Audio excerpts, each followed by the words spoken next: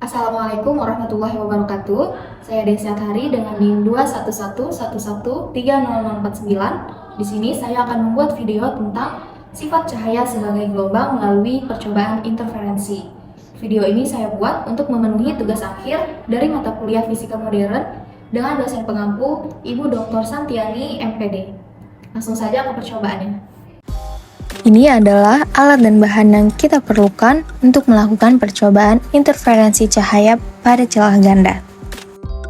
Yang pertama, kita memerlukan laser, kemudian pemegang slide diafragma, lalu tumpakan berpenjepit, lalu ada plester, ada rambut, ada gunting, ada kaki rel, lalu ada klem statif, kemudian ada rel presisi dan kotak putih untuk layar, dan yang terakhir adalah batang statif yang telah dipasangkan di kaki statif.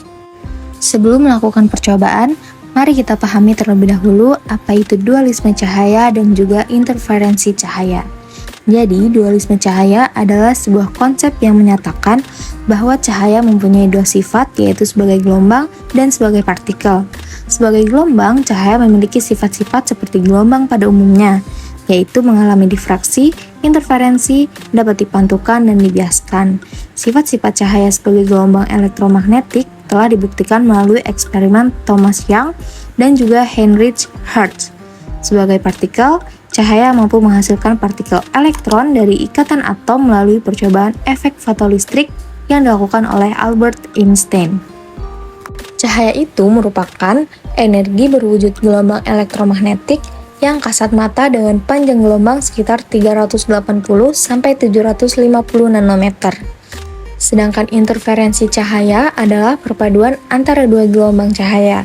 Agar interferensi cahaya dapat teramati dengan jelas, maka kedua gelombang cahaya itu harus bersifat koheren.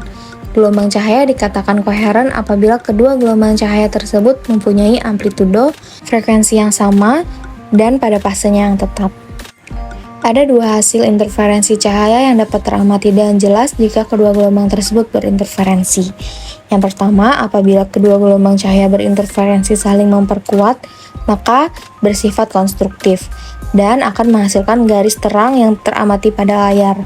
Lalu, apabila kedua gelombang cahaya berinterferensi saling memperlemah, maka akan bersifat destruktif dan menghasilkan garis gelap yang teramati pada layar. Hal pertama yang kita lakukan adalah merangkai alat yang akan kita gunakan. Yang pertama, memasang pemegang slide diafragma ke tumpakan berpenjepit. Kemudian, memasang rambut di tengah-tengah pemegang slide diafragma. Kita plester bagian atas dan bagian bawah rambut, agar rambut tidak bergerak.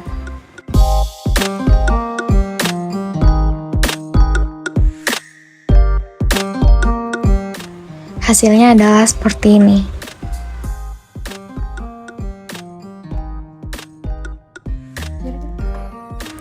Kemudian langkah kedua adalah menyambungkan dua rel presisi menggunakan penyambung rel, dan kaki rel dipasangkan di tiap ujung pada rel presisi.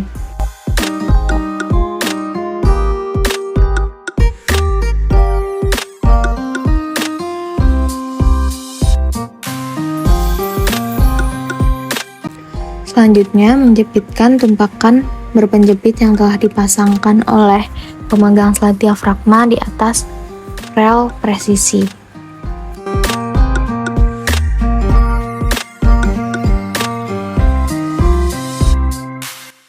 Dan yang terakhir adalah meletakkan laser yang telah dipasang di statif di depan rel presisi.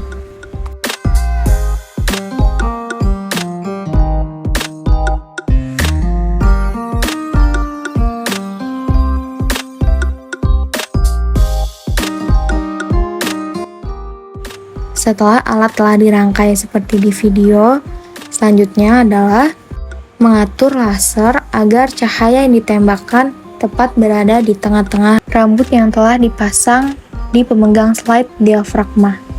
Kita harus menembakkan cahaya laser tepat di tengah-tengah, yaitu di rambut, agar pola interferensi terlihat. Apabila cahaya tidak tepat di rambut, pola interferensi tidak akan terlihat. Nah, jika kita telah menembakkan cahaya tepat berada di tengah-tengah rambut, maka pola interferensi yang akan dihasilkan adalah seperti ini.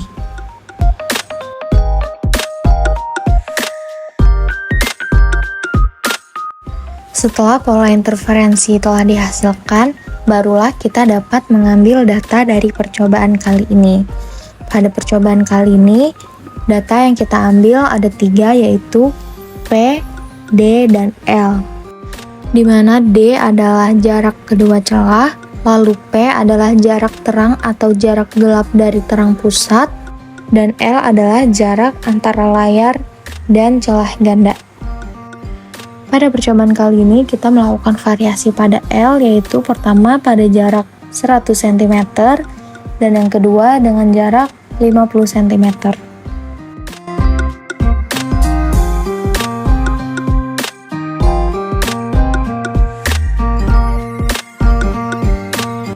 Setelah selesai mengambil data pada percobaan pertama, selanjutnya kita melakukan percobaan kedua, yaitu dengan jarak L sebesar 50 cm. Ini merupakan penampakan dari pola interferensi yang dihasilkan dari dekat.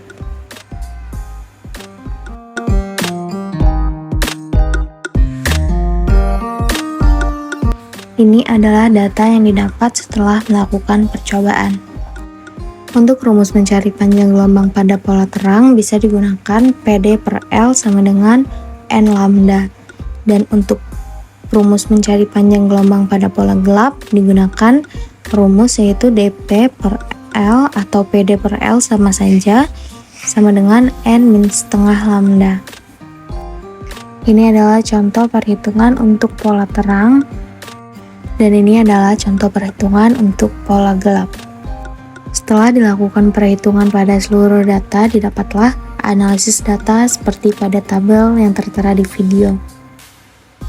Jika diamati dengan kasat mata, pola interferensi yang dihasilkan dari L dengan 1 meter dan L 0,5 meter itu terlihat berbeda.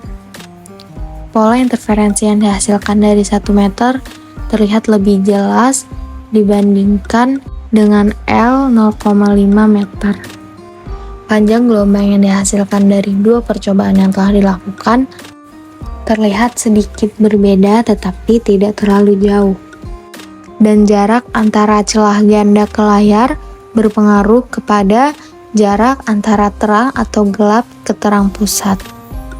Ini merupakan contoh dari pola terang gelap yang dihasilkan jika dilihat dari dekat. Itu tadi percobaan interferensi celah ganda yang menunjukkan salah satu sifat cahaya, yaitu cahaya sebagai gelombang. Sekian video dari saya. Mohon maaf jika ada yang salah. Terima kasih. Wassalamualaikum warahmatullahi wabarakatuh.